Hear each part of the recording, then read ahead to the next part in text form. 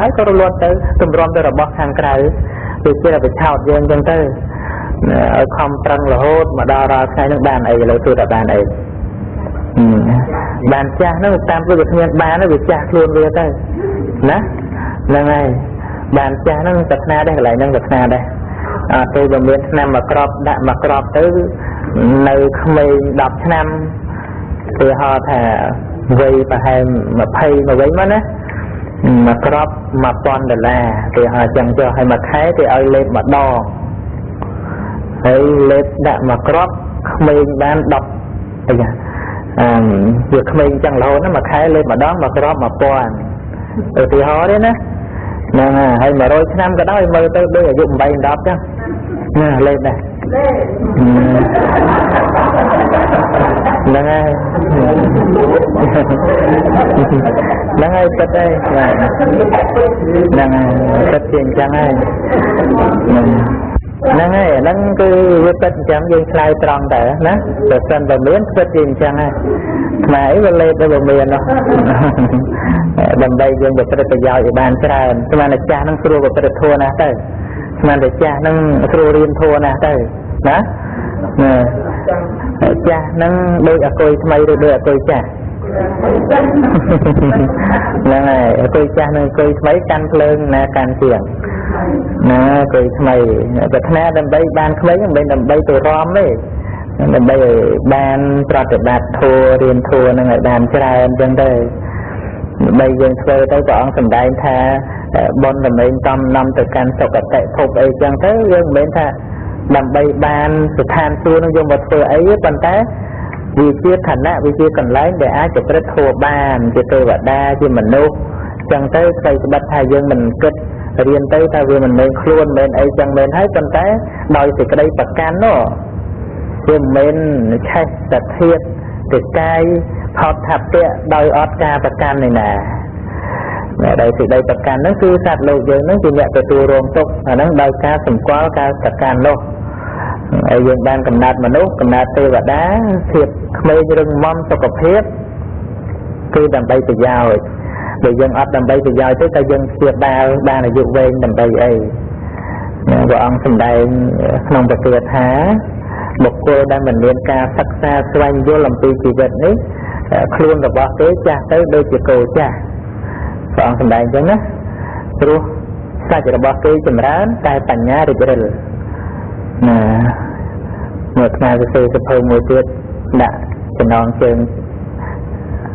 ជីវិតគោចាស់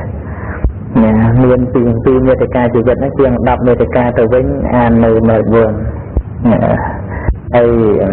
យើងមើលភ្នែកយើងហ្នឹងក៏ដូចគ្នាចឹងដែរតែយើងខំព្យាបាលខំថ្នាក់ថ្នមតែពេលដែលវាមិនតាន់ជឿមិនដឹងថាវាសំខាន់យ៉ាងម៉េចទៅទេណាអ្វីៗទាំងអស់ហ្នឹងមិនតាន់ជឿអត់ដឹងថាវាសំខាន់ទេក៏យកទៅប្រើប្រាស់អត់មានសំណោះអីទេមិនដល់តែឈឺបានដឹងថាអូភ្នែកហ្នឹងវាសំខាន់តែតើឲ្យពេលប្រមាណក៏ឲ្យដែរគេលះបង់ទ្រព្យសម្បត្តិដើម្បីការពារអវយវៈហើយបើសិនជាវាអវយវៈការពារមិនបានវាត្រូវដល់ជីវិតគេសុខចិត្តលះបង់អវយវៈដើម្បីការពារជីវិតនៅពេលដែលជីវិតការពារមិនបានគឺតែងតែតក់ស្លុតហ្នឹងហើយរស់យូរហ្នឹងមានប្រយោជន៍អីពីការរស់នៅយូរញាតិញោមមើលរស់ឲ្យដើម្បីសុបាយដើម្បីដើរលេងអីចឹងទៅអ្នកខ្លះប្រមូលទៅស្រុកព្រះអត់ទៅប៉ុន្តែទៅប្រទេស4 10 20ទៅមកស្គាល់នៅស្រុកខ្មែរយើងនឹងមានលុយមានកាក់ច្រើនទៅគិតថាដើរ around the world ចឹងទៅទៅមើលពិភពលោកឲ្យបានច្រើនប្រមូលស្រុកព្រះអត់ទៅស្រុកព្រះវាអត់សុបាយទៅរស់សេចក្តីសុបាយហើយហាក់ដូចជាថាបានសុបាយហើយនឹងបានស្អីយកមកទីពឹងអញ្ចឹងទៅសេចក្តីសុបាយនេះវាដងជំរាបទៅនឹងវាចេះទៅឆោតយើងតែយើងបាត់បង់ស្មារតីហ្នឹងឲ្យឃើញថាវាកក្រឹបកក្រែងប៉ុន្តែគ្រាន់តែយើងធ្លាក់ខ្លួនឈឺក្រឹបតើសេចក្តីសុបាយហ្នឹងនៅណាឥឡូវសួរមើលពីក្មេងធ្លាប់រំវងទេធ្លាប់ណាស់ហើយហ្នឹងហើយណាធ្លាប់ដើរកំសាន្តធ្លាប់តាក់តែងធ្លាប់ស្អីហ្នឹងគ្រាន់តែឈឺក្រឹបដេកលើក្រែ đào lên cao nữa ta lấy nó vô sấy một phần vô sập đáy đang mau thế ở chị An á ở chị An tra mẹ ngày mũi mẹ ban rong bông đầu tiên đi cả dụng bay đọc mẹ ban từ chục liên thật ra ở phi lít ở chẳng thế ban sập đáy nó mà chưa đạt khi đấy thế tại ai nhiệt nhôm liền bần của sao nó chỉ tí tông từ vinh liền thua bắt thị cha là nó chỉ tí tông từ vinh mình trong cày cầm năng lực mong là màu dương mong cầm tới dương riêng ru và to từ tiền trong cầm năng cho sôm ạ nam mô tần đi hari seriya nama sata thai bang kom nei nhâm prakarana pradamian prapia amno praam dia prarahan da prasa truang pradang nei ya thuaទាំងពួង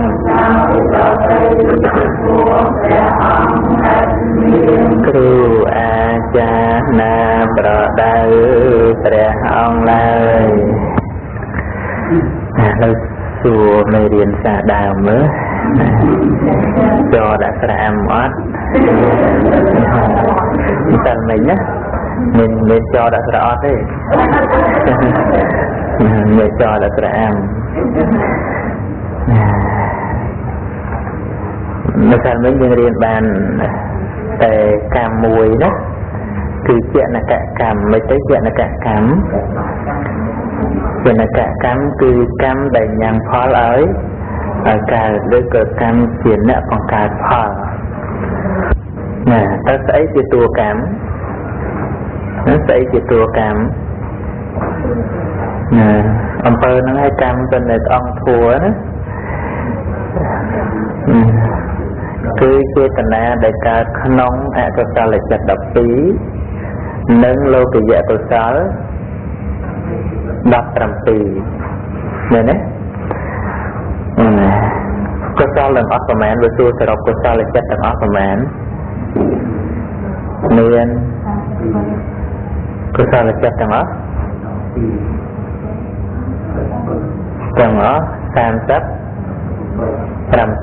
37នឹងដល់ពិស្ដាណាទៅដល់សង្ខេបហើយសង្ខេបមាន21ចឹងទេ17និង20មែន37 20នឹងបានពីណា20ហ្នឹងអាលោកកត្រកុសល20ដល់ពិស្ដាសង្ខេប4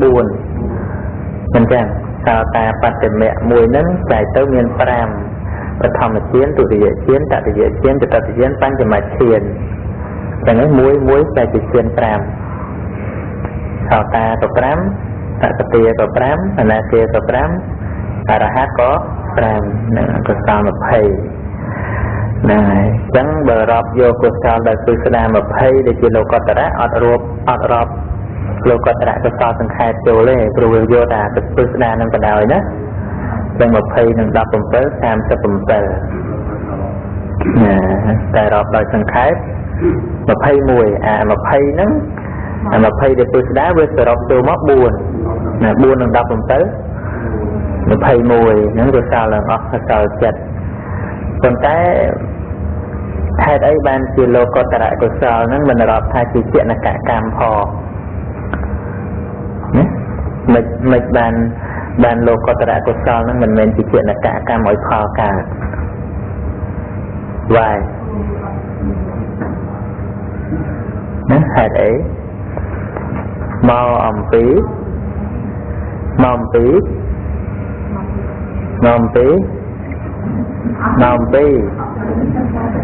ាមកអំពីលោកកតរៈកុសលហ្នឹងមិនមែនជាអភិសង្ខារចឹងណានឹងមិនមែនជាអភិសង្ខារដូចនៅក្នុងអវិជ្ជាបច្ចយាសង្ខារាណាសង្ខារបច្ចយាវិញ្ញាណังនេះយើងរៀនចិត្តចេតសិកទៅរៀនបដិច្ចៈទៀតបានទាំងអស់នឹងខ្សែត្រូវរៀនអវិជ្ជាបានតែសេចក្តីមិនដឹង8នឹងមានទុក្ខេអញ្ញាណังមិនដឹងក្នុងទុក្ខ ទុក្ខសមុទយេអញ្ញាណังមិនដឹងក្នុងហេតុដែលនាំឲ្យកើតទុក្ខទុក្ខនិរោធេអញ្ញាណังមិនដឹងក្នុងនិរោធគឺព្រះនិព្វានទុក្ខនិរោធគាមនីបដិបទាយេអញ្ញាណังមិនដឹងក្នុងផ្លូវប្រតិបត្តិដើម្បីទៅកាន់ទីរំលត់ទុក្ខនឹងបពន្តេអញ្ញាណังមិនដឹងខន្ធធាតុអាយតនៈពីអតីតៈអបរន្តេអញ្ញាណังមិនដឹងខន្ធធាតុអាយតនៈក្នុងអនាគតបពន្តាបរន្តេមិនដឹងទាំងអតីតៈទាំងអនាគតទីតបច្ចយតាបរិច្ឆសមុប្បានេសអញ្ញាណังមិនដឹងក្នុងជីវិតនេះប្រព្រឹត្តទៅតាមអំណាចបរិច្ឆសមុប្បាទធម៌នេះអាសេចក្តីមិនដឹងទាំងអស់ហ្នឹងវាបង្កើតឲ្យមានអភិសង្ខារគឺកម្មគឺជានកកម្មម្សិលមិញដែលយើងរៀននឹងឯងដែលជាផលរបស់អវិជ្ជាដូច្នេះអវិជ្ជាហ្នឹងវាមិនមែនបង្កើតតែអកុសលទេសូម្បីកុសលក៏វាបង្កើតដែរអញ្ចឹងណាក៏ជាហេតុនៃកុសលដែរតែជាកុសលលោកយៈអញ្ចឹងណាជាលោកយៈកុសលណាលោកយៈកុសលនឹងមកពីអីបានជាលោកយៈកុសលហ្នឹងវាជាផលរបស់អវិជ្ជាព្រោះកុសលទាំងអស់នោះវាជាចនតកម្មបង្កើតសត្វលោកនៅក្នុងភពតែលោកកតរៈកុសលអត់មានបង្កើតឲ្យសត្វលោកបដិសន្ធិទេឃើញទេលោកកតរៈកុសលកើតឡើងដើម្បីប្រហារបង់កិលេសតែប៉ុណ្ណោះនេះឧទាហរណ៍ដូចជាសោតាបត្តមៈក្នុងសញ្ញោជនៈ10លះស្អីសោតានិងសកតិលះសញ្ញោជនៈ3សញ្ញោជនៈទាំងអស់10លះវិជកិច្ឆាសីលបតបរាមាសៈនិងទិដ្ឋិណាលះ3ហ្នឹងហើយដល់ណាទៀតលះទីបន្ថែមទៅទៀតលះកាមរាគៈលះបដិខៈណាបន្ថែមទីទៀតនៅសល់5ទៀតគឺលះដោយអរហត្តមគ្គណាដូច្នេះលោកកតរៈកុសលហ្នឹងបានមិនមែនជាចនកកម្មព្រោះលោកកតរៈកុសលកើតឡើងដើម្បីគ្រាន់តែកំចាត់បងតែកិលេសតែប៉ុណ្ណោះហើយបើចាត់ទុកជាសច្ចៈមិនមែនជាសច្ចៈណាមួយទៀតជាសច្ចៈវិមុតតិចិត្តហ្នឹងចិត្តដែលលើជាលោកកតរៈកុសលទាំង8ហ្នឹងជាសច្ចៈវិមុតតិអត់មាននៅក្នុងអរិយសច្ចៈ4ណាមួយទេណាសច្ចៈវិមុតតិហ្នឹងគឺរួចផុតពីសច្ចៈមិនមែនជាសច្ចៈមិនមែនថាមិនពិតទេណាគឺពិតហើយតែថាកំចាត់បងនៅសេចក្តីទុកក្នុងសង្សារវដ្តប៉ុន្តែវាមិនមែនជាសច្ចៈសច្ចៈព្រោះអរិយសច្ចៈហ្នឹងកំណត់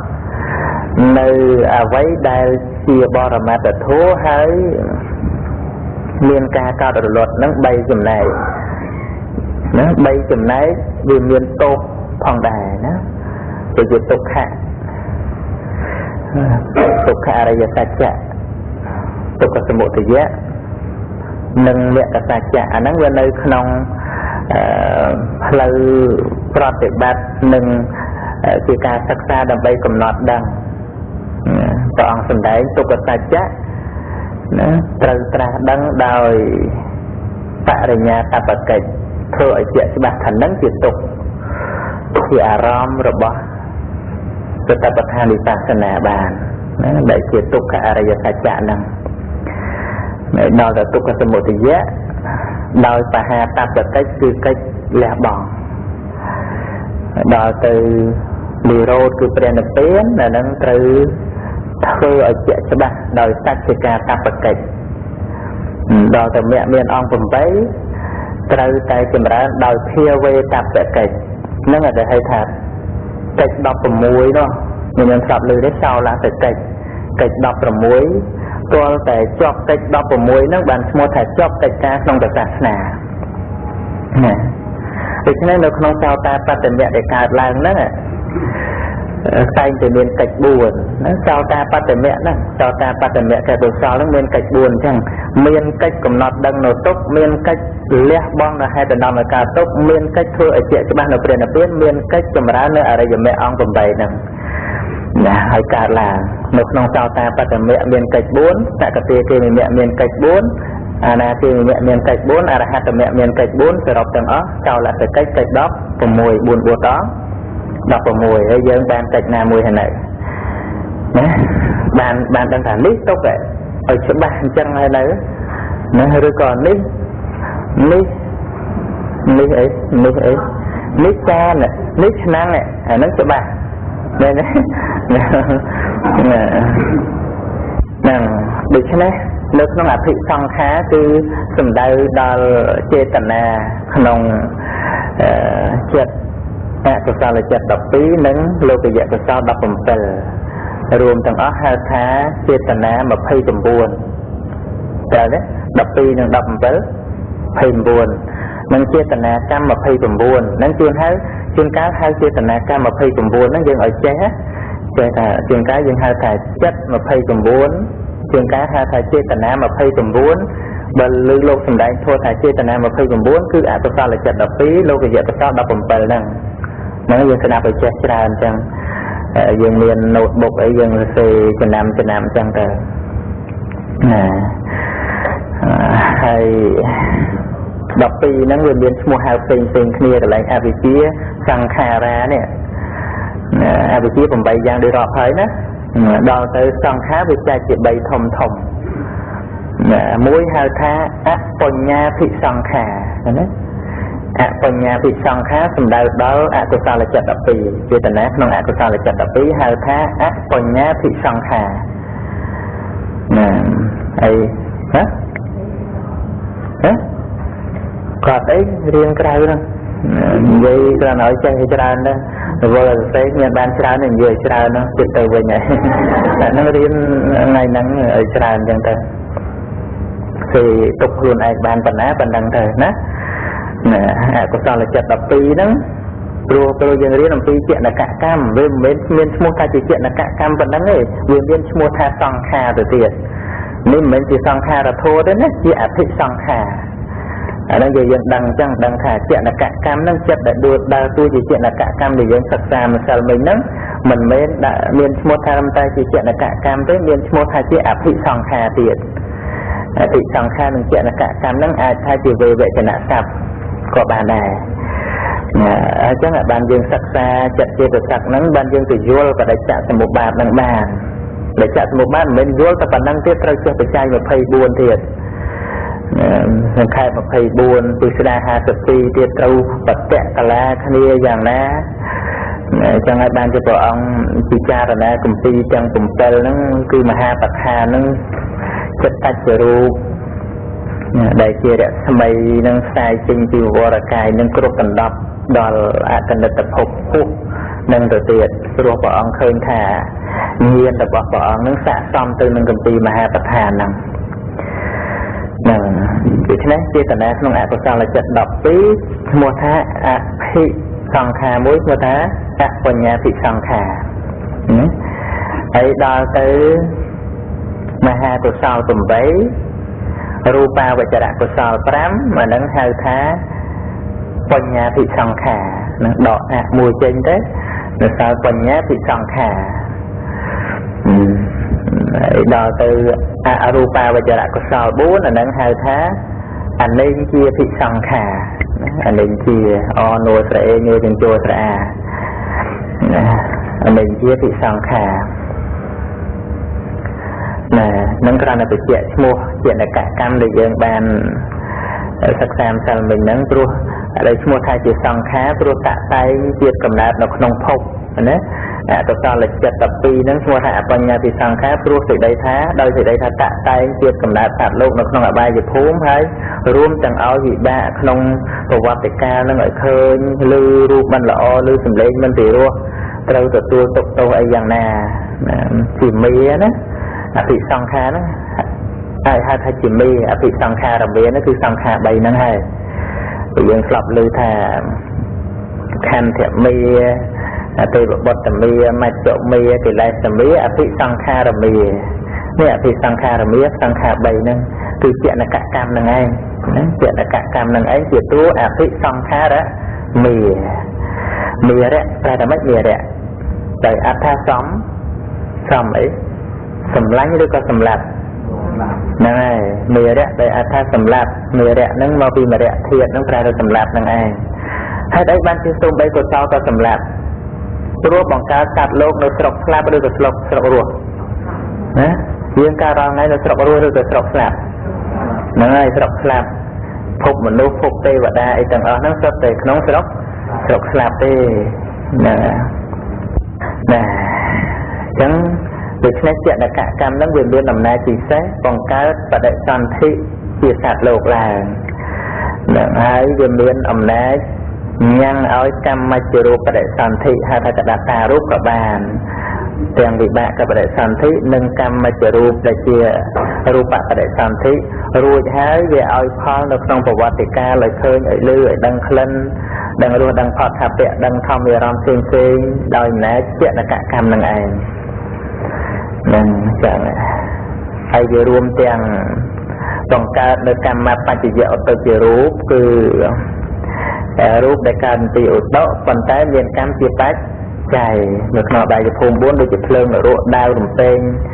តង្កូវសត្វស្អីមកខំអីចឹងទៅក្នុងសុគតិសួគ៌នោះក៏បង្កើតវិមានស្រះតបករណីឧទ្យានចឹងទៅដែលកើតឡើងព្រោះកម្មជាបច្ច័យដូចជាបុណ្យដែលមគ្គមាននុកសាងចឹងហ្នឹងប្រាសាទសុធម្មានោះសាលាសុធម្មានៅឋានតាវតឹងហ្នឹងណាកសាងនៅឋានមនុស្សប៉ុន្តែពួកអ្នកអស់នោះស្លាប់ទៅសាលាហ្នឹងកើតឡើងនៅក្នុងឋានទេវតាកើតពីឧត្តប៉ុន្តែមានកម្មគឺកុសលរបស់ពួកមគ្គមាននុហ្នឹងជាបច្ច័យណាដើមរលួសរបស់មគ្គមាននុដាំនៅស្រុកមនុស្សហ្នឹងក៏ប្រកបនៅឋានទេវតាហ្នឹងអាហ្នឹងជាកម្មបច្ចយៈឧត្តជារូបអត់មាននរណាបង្កើតឲ្យទេគឺដោយអំណាចកម្មហ្នឹងឯងតាមមុណាវត្តតីលោកោសត្វលោកប្រព្រឹត្តទៅតាមអំណាចកម្មហ្នឹងអញ្ចឹងយើងសិក្សាចូលនៅក្នុងមាតិកាទី2គឺឧបធម្មភកកម្មនឹងបានសរសេរដាក់មេរៀន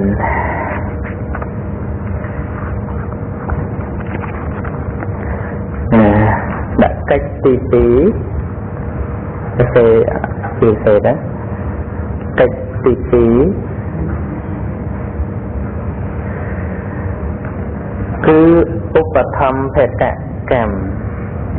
ឧបតជាងខមួជាងភកមួជាងមួបកពីរដងឧបធម្មភកឲ្យបានកម្មឧបធម្មភកកម្មឧបធម្មភកកម្មដកឃ្លាពេលសម្រាប់ធម្មតាកម្មណាដែលរមែងឧបធម្មកម្មណាដែលរមែងឧបធម្ម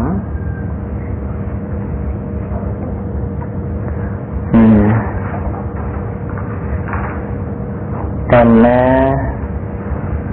ដែលរមែងឧបធម្មដល់ចតកកម្មដតីដ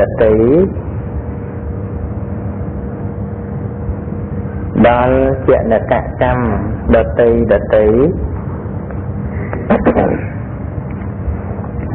ល់ចតកកម្មដតី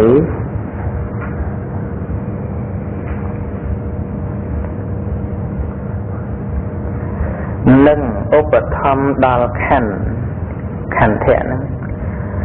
និងឧបធម្មដល់ខន្ធ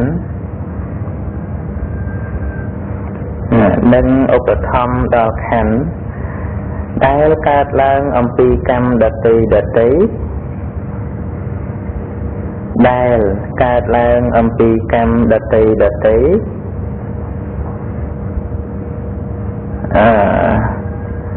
ែលកើតឡើងសំទោសដែលកើតឡើងអំពីចតកកម្មដតី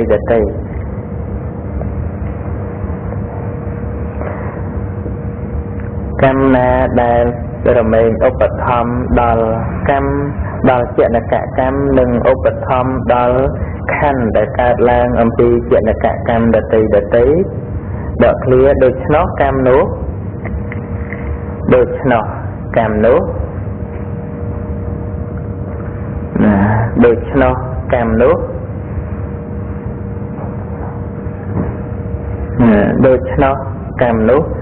ឈ្មោះថាឧបធម្មភកកម្ម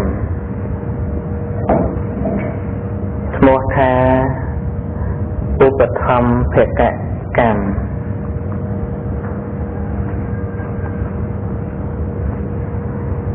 ឈ្មោះថាឧបត្ថម្ភកកម្មដកឃ្លាបានដល់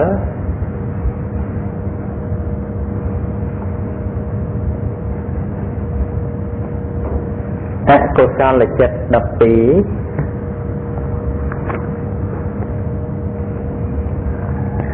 បានដល់អកុសលចិត្ត12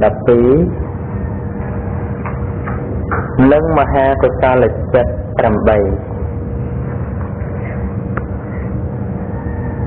និងមហាកុសលចិត្ត8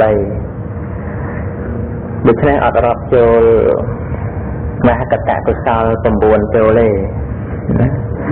ព្រោះមហកតកុសល9កាលណាមិនមានឱកាសឲ្យផលគឺវាទៅជាអហោសិកម្មមិនដូចជា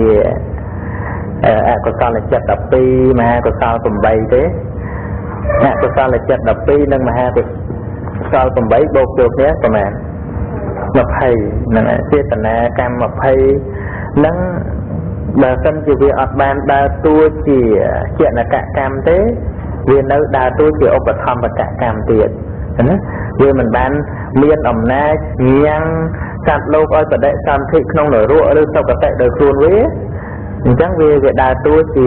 ឧបត្ថម្ភកកម្មអញ្ចឹងណាយល់ទេឧទាហរណ៍ថាយើងសម្លាប់សត្វណាសម្លាប់សត្វអញ្ចឹងទៅអាហ្នឹងបាណាតិបាតណាជាកម្មទេអាហ្នឹងកម្មណា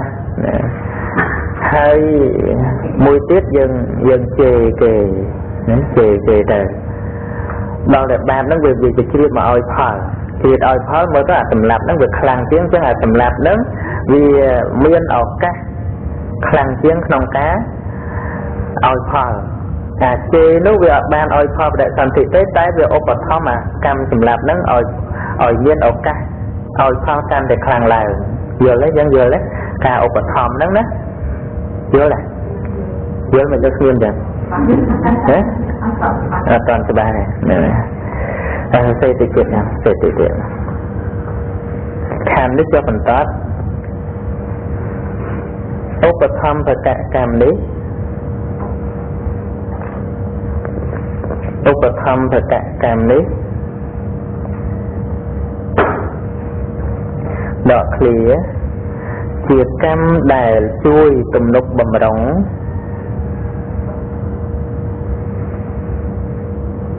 ជាកម្ម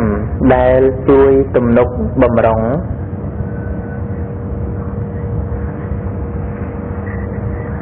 យនកកម្មជាកម្មដែលជួយទំនុកបំរុងយនកកម្មដែលនៅមិនតាន់មានឱកាសឲ្យផលដែលនៅមិនតាន់មានឱកាសឲ្យផល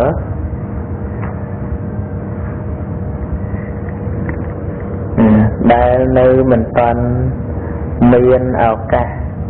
ឲ្យផលធ្វើឲ្យមានឱកាសទៅបានធ្វើឲ្យមានឱកាសទៅបាន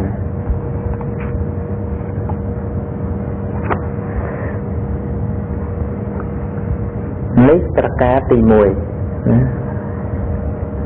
នេះប្រការទី1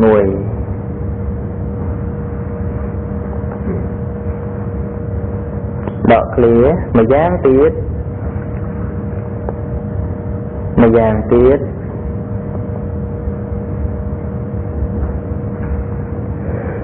ម្យ៉ាងទៀតជួយទំនុកបំរុងយនកកម្មជួយទំនុកបំរុងយនកកម្មជួយទំនុកបំរុងយនកកម្មដែលកំពុងតែ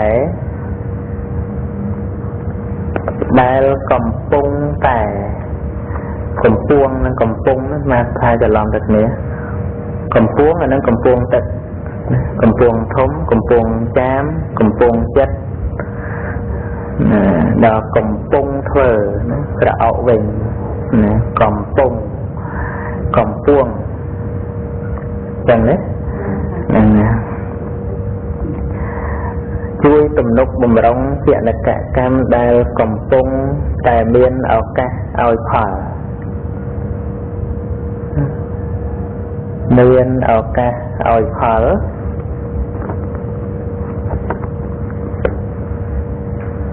ដកឃ្លាធ្វើឲ្យមានកម្លាំងក្នុងការឲ្យផលនោះធ្វើឲ្យមានកម្លាំងក្នុងការឲ្យផលនោះ